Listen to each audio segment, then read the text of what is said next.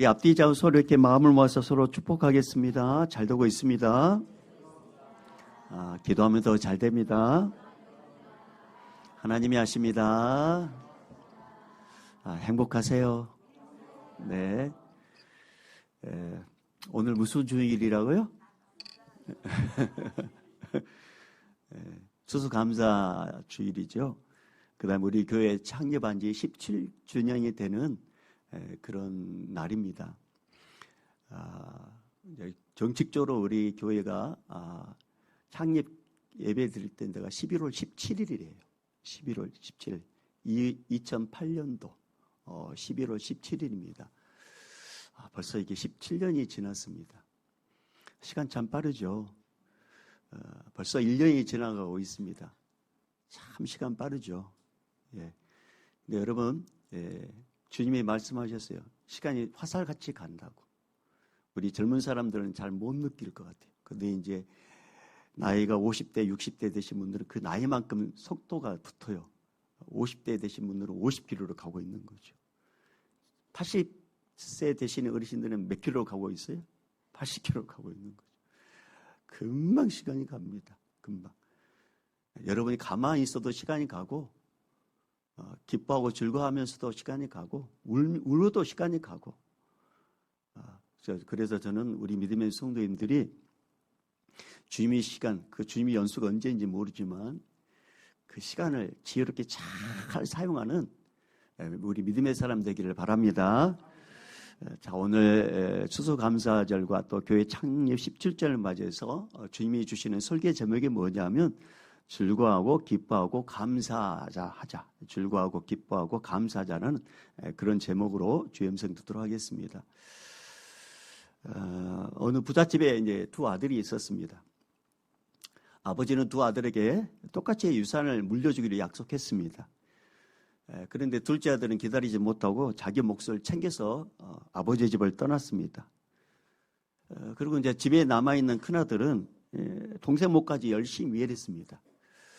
여러분, 우리가 이제 셀이라는 게 있잖아요. 그래서 셀을 함께 모여서 청소하자고 하는 이유는 뭐냐면 한 사람이 나와서 계속 청소하면 힘들어요. 지친단 말이에요. 셀이 함께 하자고 하는 이유는, 그러니까 무슨 일이든지 함께 하자고 하는 이유는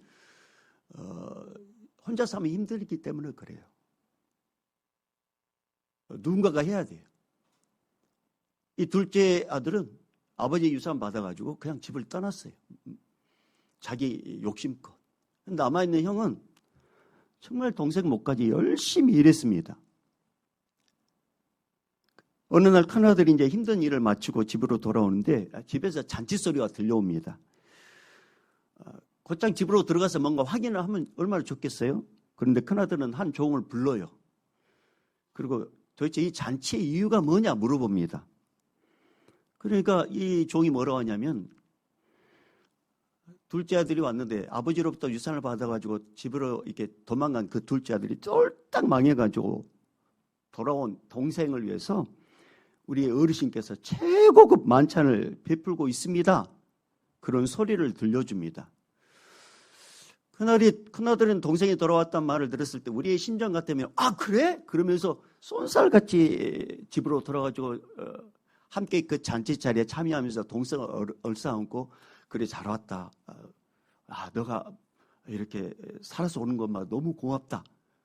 아버지 심정으로 이 큰아들도 그럴 줄 알았는데 큰아들은 전혀 다르게 반응을 합니다.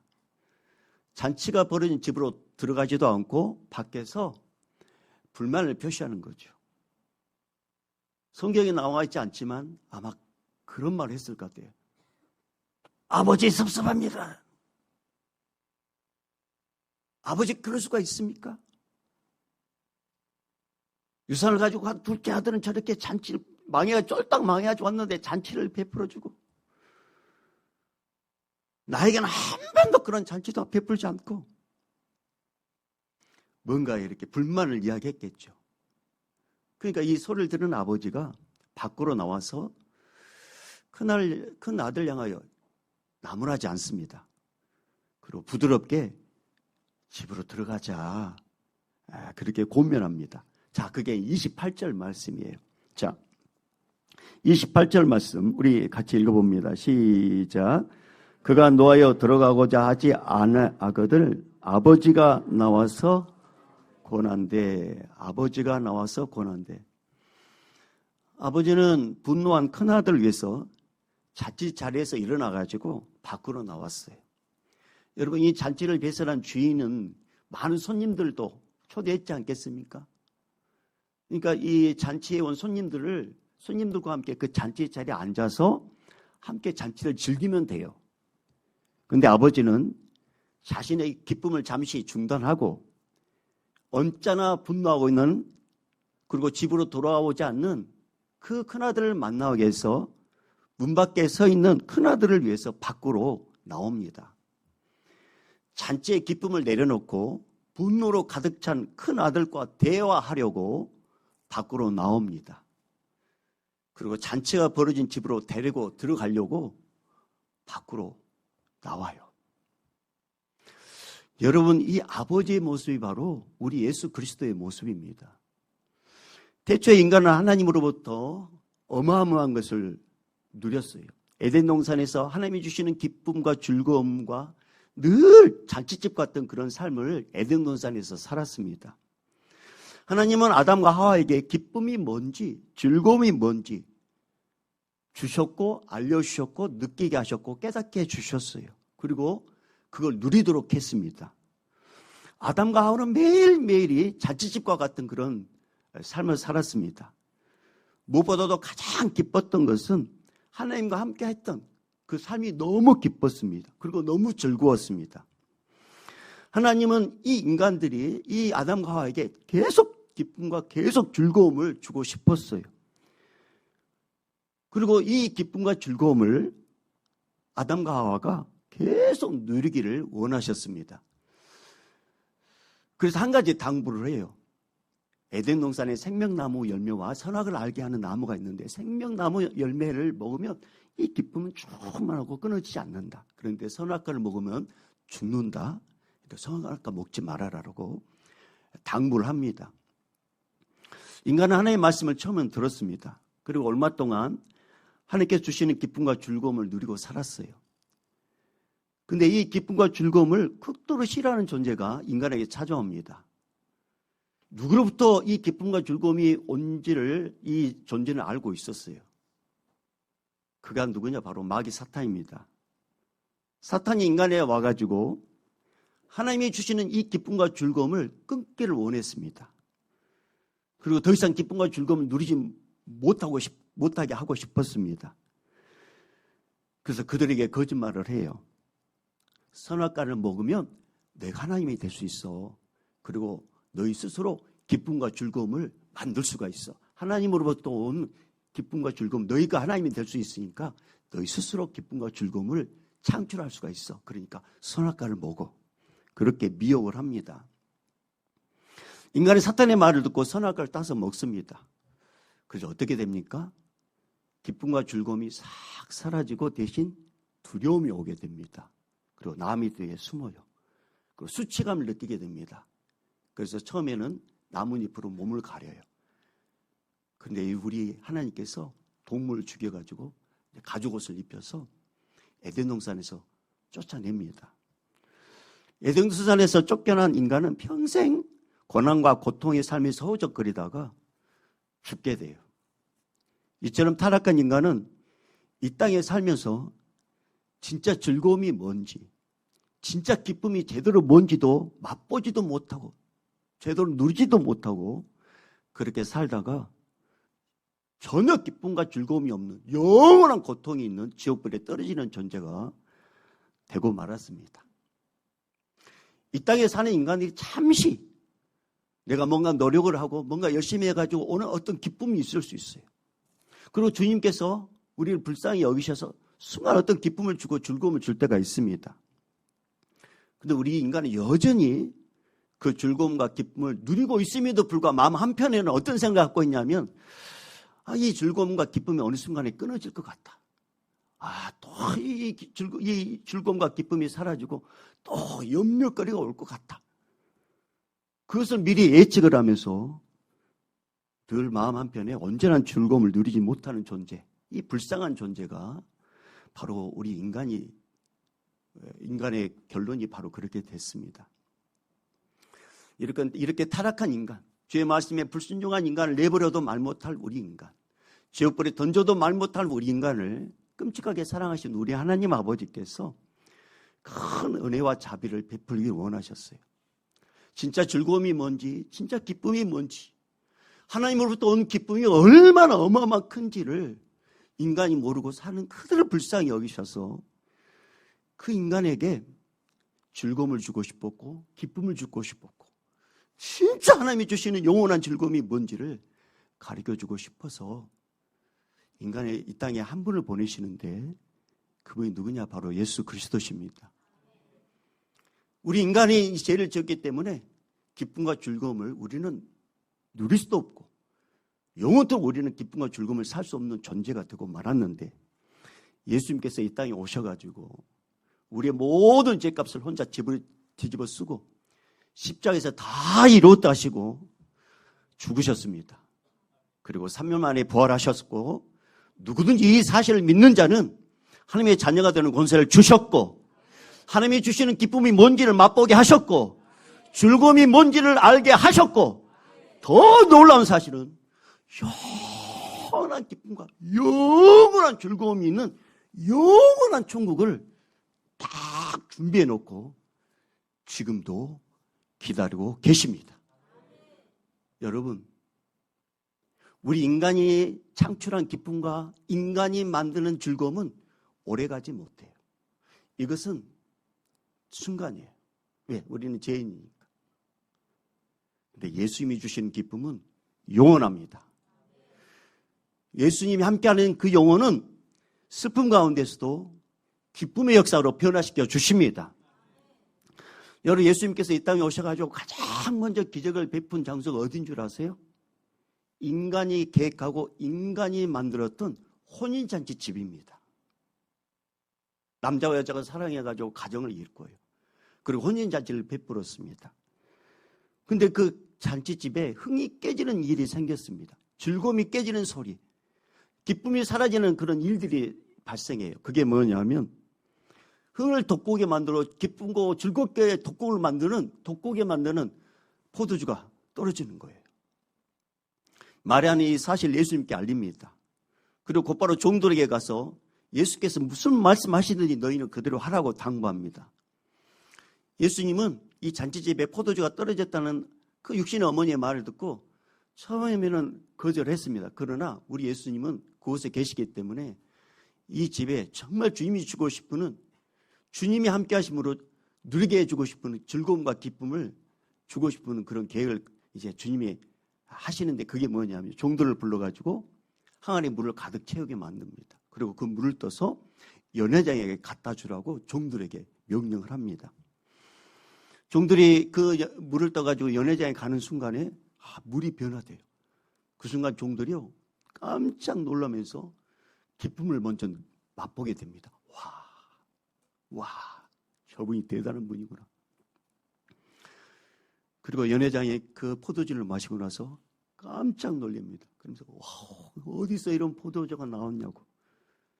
그러면서 흥이 깨질 것 같은 그 집에 우리 예수님께서 계속적으로 기쁘고 즐겁고 잔치집 안으로 그 분위기를 깨뜨리지 아니하도록 주님께서 변화시켜 주셨습니다.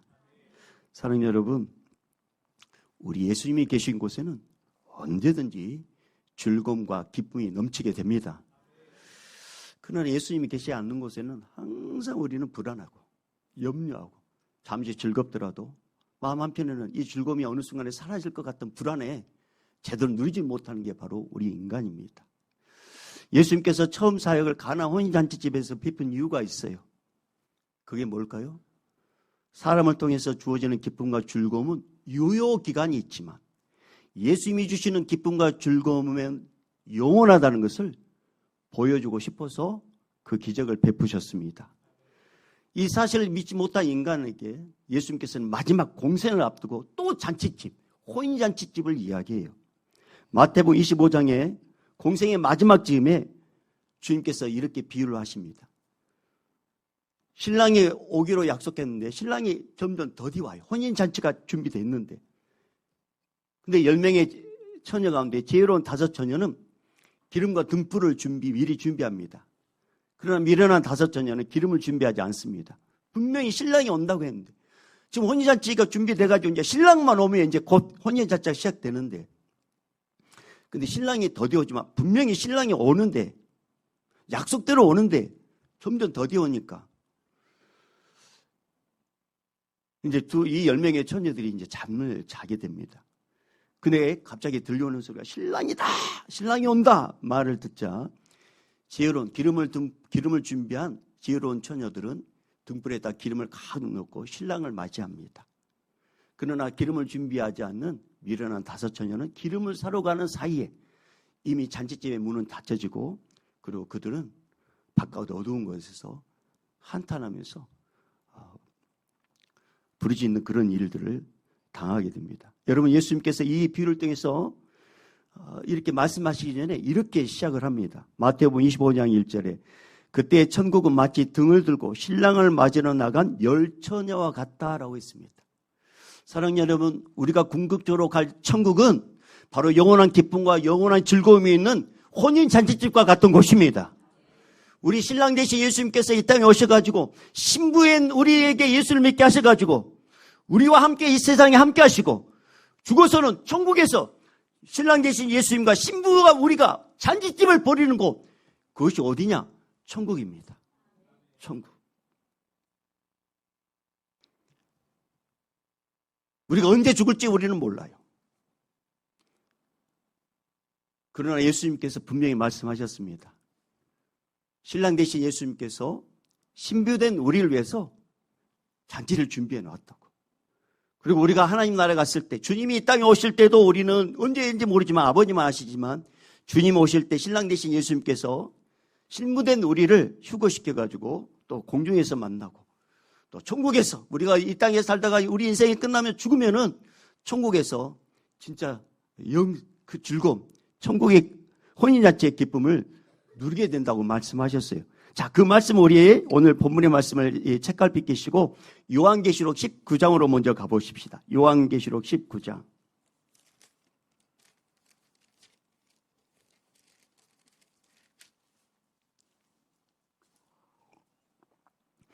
요한계시록 19장 6절에서 9절까지, 요한계시록 19장 6절에서 9절까지 읽어보겠습니다. 시작. 또 내가 들으니 허다한 무리의 음성과도 같고 많은 물소리와도 같고 큰 우레소리와도 같은 소리가 이르되, 할렐루야, 주 우리 하나님 곧 전능하신 이가 통치하시도다. 우리가 즐거워하고 크게 기뻐하며 그에게 영광을 돌리세. 어린 양의 혼인 기약이 이르렀고 그의 아내가 자신을 준비하였으므로 그에게 빛나고 깨끗한 세마포 옷을 입도록 허락하셨으니 이 세마포 옷은 성도들의 옳은 행실이로다 하더라. 9절. 천사가 내게 말하기를 기록하라. 어린 양의 혼인 잔치에 청함을 받은 자들은 복이 있도다 하고, 또 내게 말하되 이것은 하나님의 참되신 말씀이라 하기로. 할렐루야. 하나님의 어린 양의 혼인잔치에 청함을 받은 자들이 누구냐? 예수 그리스도를 믿는 자들입니다. 아무나 가지 못해요. 아무나 혼인잔치에 가서 혼인잔치에 참여하지도 못하고 신랑 되신 예수를 아무나 맞이하지 못해요. 오직 예수 그리스도를 믿는 성도만이 신랑 되신 예수를 만날 수 있습니다. 그게 바로 혼인잔치 집이에요. 예수 그리스도를 믿어야지만이 신부의 자격이 주어집니다. 예수 그리스도를 믿어야지만이 천국에 들어가서 신랑 되신 예수님을 만날 수가 있습니다. 여러분, 예수님이 영광의 보좌를 버리고 영원한 기쁨과 즐거움이 있는 잔치집에서 그 자리에서 나오셨어요.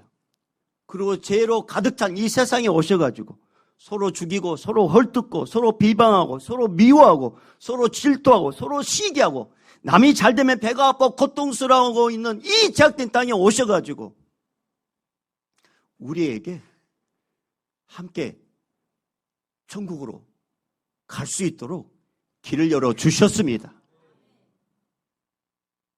여러분, 아버지가 문 밖으로 나와가지고 안으로 들어가자고 권면하듯이 이 땅에 인간으로 오신 예수님께서 오늘 우리에게 이렇게 말씀하셔요. 천국의 문은 활짝 열려 있으니 이제 예수를 믿고 저 천국을 향하여 함께 가자. 이렇게 우리에게 말씀하십니다. 여러분, 요한복음 10장 9절에 이렇게 주님께서 말씀하셨어요. 내가 문이 누구든지 나로 말미암아 들어가면 구원을 받고 또는 들어가면 나오며 꼴을 얻으리니. 여러분, 아버지가 벌어진 잔치집에서 나와가지고 큰아들에게 고면하지 않습니까? 함께 들어가자고. 오늘 예수님께서 우리에게 임재하셔서 또 이렇게 말씀하십니다. 예수 믿어 천국에 들어오라고.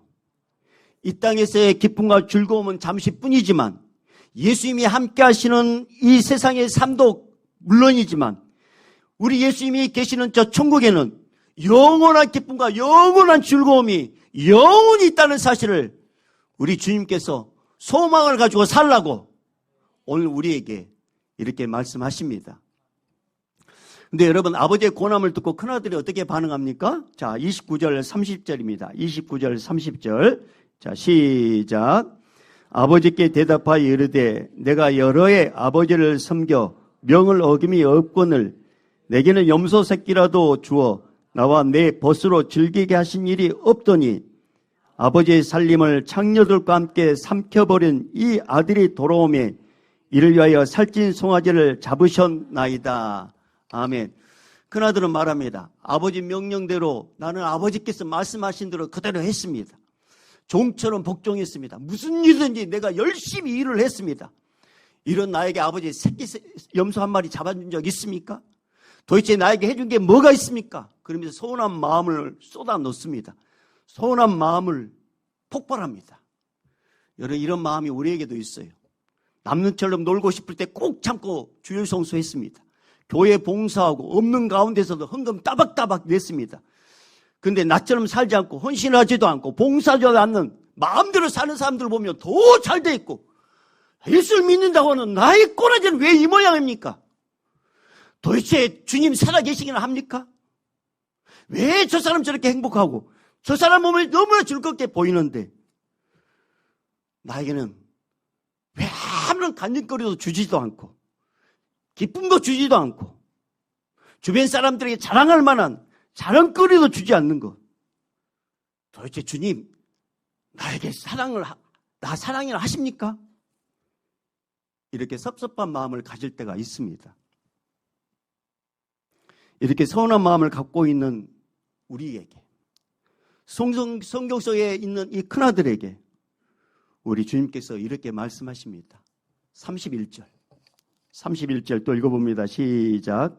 아버지가 이르되 너는 항상 나와 함께 있으니 내 것이다 내 것이로되 내 것이다 내 것이로되. 아버지는 큰아들에게 분명히 말씀합니다. 이 집의 모든 소유, 밭과 논과 모든 재산, 송아지와 염소 다 네 것이었다.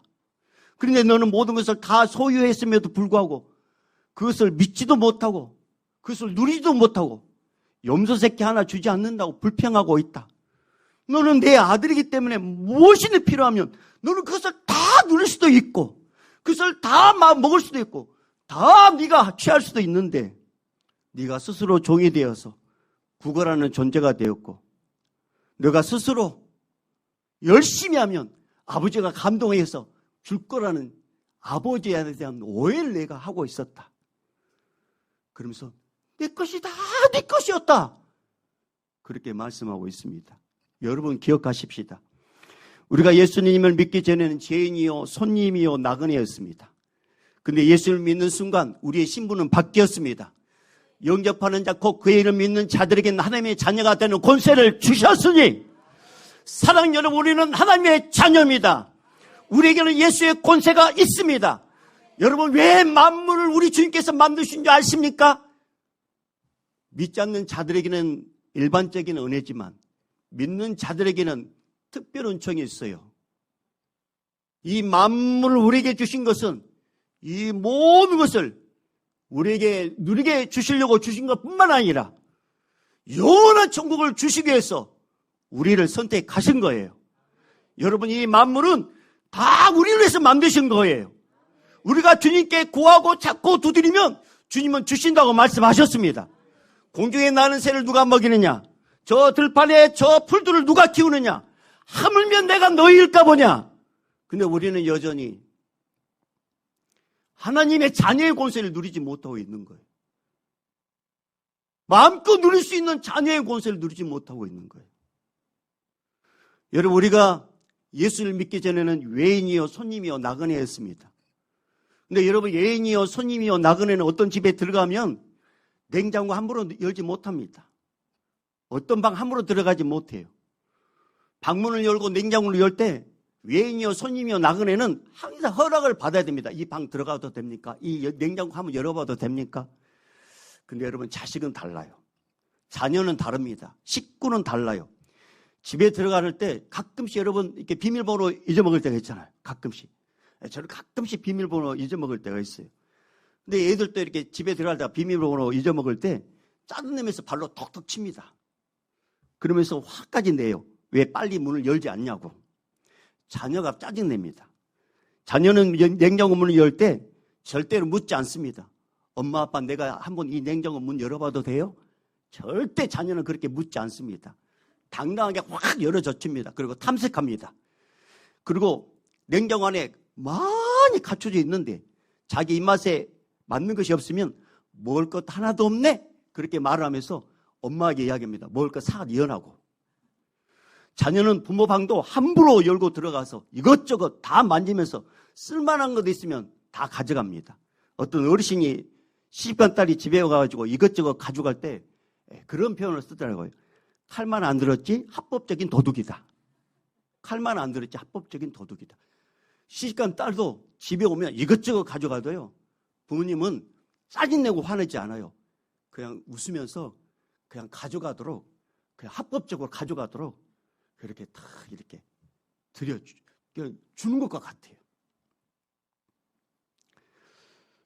여러분, 오늘 본문의 큰아들이 분명하게 알지 못한 게 있었습니다. 아버지 것이 자기 것인 것을 몰랐어요. 아버지 말씀하시잖아요. 내 것이 다 네 것이었다. 그런데 큰아들은 자녀의 권세를 누리지 못하고 아버지를 오해했습니다. 열심히 노력하면 아버지가 감동받아서 뭔가를 줄 줄 알았어요. 아닙니다. 아버지 것은 아들 것입니다. 만물을 주님께서 만든 것은 우리를 위해서 만드신 것입니다. 믿음의 자녀 우리를 위해서.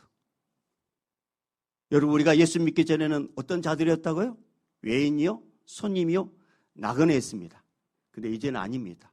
예수님께서 우리에게 다양한 방법으로 찾아오셔가지고 예수를 믿게 하셨어요. 우리가 예수를 믿는 순간 우리의 신분이 바뀌었습니다. 그래서 에베소 2장 19절에 이렇게 말씀하셔요. 그러므로 이제부터 너희는 외인도 아니요 나그네도 아니요 오직 성도들과 동일한 시민이요 하나님의 권속이라. 여러분, 권속이란 무슨 뜻인 줄 아세요? 가족, 식구라는 뜻이에요. 그렇습니다. 예수 믿는 성도는 개개인 우리 모두는 하나님의 자녀입니다. 하나님을 아버지라 부르는 영적 가족이고 영적 식구입니다. 이렇게 신분을 만들어주신 분이 예수님이셔요. 그래서 예수님께서 31절에 이런 말씀 하시잖아요. 다시 한번 31절 읽어볼게요. 31절 시작. 너는 항상 나와 함께 있으니 내 것이다 내 것이로되. 주님이 말씀하셨잖아요. 내가 세상 끝날까지 항상 내가 너와 함께 하겠다고. 그리고 예수를 믿는 순간 우리는 하나님의 자녀가 됐어요. 그래서 하나님 것이 내 것을 누릴 수 있도록 그 은혜를 우리에게 베풀어 주셨습니다. 며칠 전에 아내가 이런 질문을 이렇게 던지더라고요. 선생이 뭐예요? 여보, 선생이 뭐라고 생각해요? 선생, 뭐 앞서 살았던 분, 경험이 많으신 분, 그러니까 가르친 거 아니겠어? 그러면 선생을 비유하면 뭘로 비유할 것 같아요? 그래서 제가 뭐라고 대답했을까요? 선생을 비유할 때 뭘로 비유할 것 같아요? 그래서 제가 이렇게 대답했습니다. 몰라. 정말 모르겠더라고요. 근데 아내가 이런 표현을 쓰더라고요. 선생이란 방파제와 같은 분이야.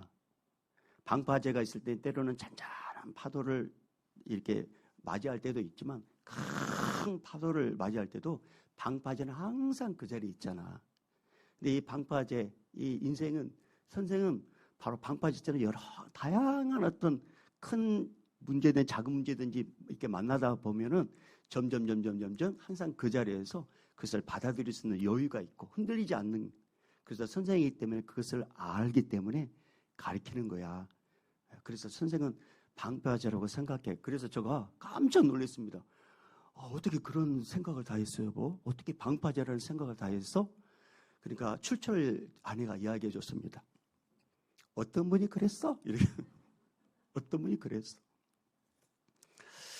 저는 방파제라는 그 말을 딱 듣는 순간 성령님께서 딱 떠올리게 하신 분이 딱 계셨습니다. 그분이 누구일까요? 예수 그리스도. 여러분, 우리가 오늘 이 추수감사주일에 함께 모여 예배 드릴 수 있는 것은 방파제 같은 예수님의 은혜 때문에 있는 거예요. 2025년 살아오면서 잔잔한 파도와 같은 문제도 우리는 당면했었습니다. 때로는 큰 폭풍 같은 문제가 수시로 밀려왔습니다. 이런 다양한 인생의 파도를 만났음에도 불구하고 지금 여기까지 올 수 있었던 것은 나의 능력이나 나의 노력이나 나의 힘이 아닙니다. 세상 끝날까지 함께 하시겠다고 하신 그 예수님께서 친히 영적인 방파제가 되어주셔서 막아주셨기 때문에 여기까지 온 겁니다. 예수님께서 방파제가 친히 되어주셨기 때문에 보호해주셔서 여기까지 온 겁니다. 그래서 우리 예수님은 지금도 신실하게 그 약속을 지키고 계십니다. 세상 끝날까지 내가 너와 함께 하겠다고. 그래서 예수님의 보호로 안전한 포구에 있는 배처럼 오늘 이 시간 이 자리까지 오게 된 것이고, 바로 이곳에 우리가 모여서 그 은혜에 감사하여 지금 예배를 드리고 있습니다. 이 모든 것이 주의 은혜입니다. 그 예수님께서 우리 개개인에게 바라고 원한 삶이 뭔지 아세요? 자, 32절입니다. 32절. 자, 읽어봅니다. 시작. 이 내 동생은 죽었다가 살아났으며 내가 잃었다가 얻었기로 우리가 즐거워하고 기뻐하는 것이 마땅하다 하니라. 아멘. 여러분, 주님께서 진짜 우리에게 원하는 게 뭔지 아십니까? 예수로 인해서 너희가 즐거워하고 기뻐하고 감사하는 것은 마땅한 것이다. 주님께서 원하는 게 뭡니까? 죽었던 우리를 예수님께서 살려주셨고, 그 예수님께서 우리 개개인과 함께 하시고, 그 예수의 은혜로 천국잔치의 신부가 되어 신랑 되신 예수님을 만날 수 있는 이 어마어마한 은혜를 주신 우리가 이 땅에 살면서 진짜 누리기를 원하는 게 뭐냐면 기뻐하고 즐거워하는 일입니다. 기뻐하고 즐거워하는 일. 이 은혜를 누리는 자, 이 은혜를 아는 자를 우리는 누구라고 합니까? 성도라고 해요. 여러분이 주님이 주시는 기쁨과 주님이 주시는 즐거움을 여러분 이 땅에 살면서 누리기를 주님 축복합니다. 여러분, 성도는 누굽니까? 천국에 들어갈 수 없는 존재가 예수님 때문에 천국 갈 수 있는 존재가 됐다는 것. 이것을 감사하는 자가 성도입니다. 성도는 지옥으로 갈 수밖에 없는 마귀 자식에서 예수님으로 인해 하나님을 아버지라 부르는 자녀가 되는 권세를 주신 것. 이것을 감사하는 자가 성도입니다. 성도란 예수님께서 영적 방패가 되어 주셔서 오늘 여기까지 오게 되었다고 감사로 고백하는 자가 성도입니다. 성도란 예수님 안에 있을 때 진정한 즐거움과 기쁨과 감사가 넘치는을 아는 자가 성도입니다. 그래서 여러분이 진짜 즐거움과 기쁨을 맛보기를 원하신다면 예수 안에 거하십시오. 예수 안에 머무십시오. 예수를 붙잡으십시오. 그래서 예수님께서 말씀하셨잖아요. 함께하고 있다고. 내 것이 네 것이라고. 그것을 믿고 기뻐하고 즐거워하라고. 부족합니까? 없습니까? 결핍을 느낍니까? 그러면 주님께 나를 불쌍히 여겨달라고, 나를 긍휼히 여겨달라고, 주님의 즐거움을 누리기를 원한다고, 주님의 기쁨을 맛보기를 원한다고 주님을 찾으십시오. 그러면 주님께서 기뻐하고 즐거워하라고 말씀하시, 당연하다고 말씀하시, 이 말씀이 무엇인지를 분명히 알도록 역사해 줄 겁니다. 여러분, 2025년도 추수감사주일에 예수님께서 우리 성도들에게 진짜 주고 싶은 선물이 있습니다. 바로 예수님으로부터 오는 즐거움과 기쁨입니다. 그리고 감사하는 일입니다. 빌립보서 4장 4절에 이렇게 말씀하셔요. 주 안에서 항상 기뻐하라. 내가 다시 말하노니 기뻐하라. 여러분, 오늘 이 시간부터 예수님으로 인해서 기뻐하는 우리 모두가 되기를 주님 축복합니다. 그래서 여러분 가슴에 손을 얹고 이렇게 따라합니다. 내가 예수로 명하노니 불안과 염려는 사라질지어다. 사라질지어다. 예수님을 통해서 그 자리에 주님이 주시는 기쁨과 즐거움이 넘치기를 주님 축복합니다. 이 한 주간 또 이 일생 우리 즐거워하고 기뻐하고 주님으로 도는 그 기쁨을 누리는 우리 모두가 되기를 주님 축복하겠습니다. 자, 우리 마지막 31절 32절 읽고 마무리하겠습니다. 시작. 아버지가 이르되 너는 항상 나와 함께 있으니 내 것이다 내 것이로되 이 내 동생은 죽었다가 살아났으며 내가 잃었다가 얻었기로 우리가 즐거워하고 기뻐하는 것이 마땅하다 하니라. 할렐루야. 이 은혜를 누리는 우리 모두가 되기를 주님 축복합니다.